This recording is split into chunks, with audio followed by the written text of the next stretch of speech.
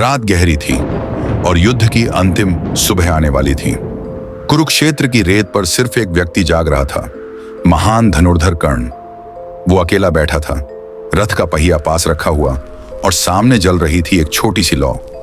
उसकी आंखों में आंसू थे पर चेहरा स्थिर था।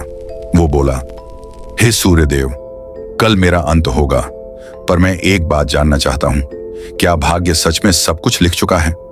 तभी पीछे से एक मधुर लेकिन भारी स्वर गूंजा, भाग्य वही लिखता है जो तू अपने कर्म से मांगता है।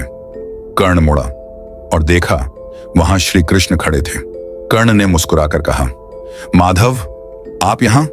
कृष्ण बोले, हां कर्ण, ये रात तुम्हारी आखिरी है, पर तुम्हारे मन में अब भी प्रश्न बाकी हैं। कर्ण बोला, माधव, मैंने जीवन भर दान दिया, धर्म निभाया, फिर भी दुनिया ने मुझे अधर्मी कहा। क्यों? कृष्ण ने धीरे से कहा, क्योंकि तूने सत्य को जाना पर चुना नहीं। कर्ण की आंखों में आंसू आ गए। तो क्या मैं अधर्मी हूं? कृष्ण मुस्कुराए, नहीं कर्ण, तू अधर्मी नहीं, बस अपने कर्म के जाल में फंसा हुआ है। कर्ण ने धीरे से कहा, माधव, अगर कल मैं मर जाऊं तो क्या मैं मुक्ति पाऊंगा? कृष्ण बोले, हर आत्मा मुक्त होती है, पर कुछ आत्माएं ज्ञान की खोज में फिर लौट आती हैं। कर्ण ने कहा, और मैं? कृष्ण ने उसकी ओर देखा, तू लौटेगा किसी और युग में, जहां फिर तू सत्य के लिए लड़ेगा, पर इस बार तेरे पास धनुष नहीं होगा, बल्कि शब्द होंगे। कर्ण स्तब्ध रह गया। माधव, क्या आप कह रहे हैं कि मैं? कृष्ण ने उसे बीच में रोक दिया।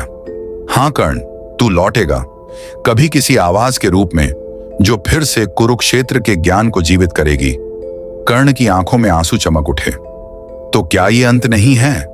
कृष्ण मुस्कुराए, नहीं कर्ण, ये अंत नहीं, बस एक विराम है। कभी कभी मृत्यु अंत नहीं होती, बल्कि वही आरंभ होती है जहां से ज्ञान फिर जन्म लेता है।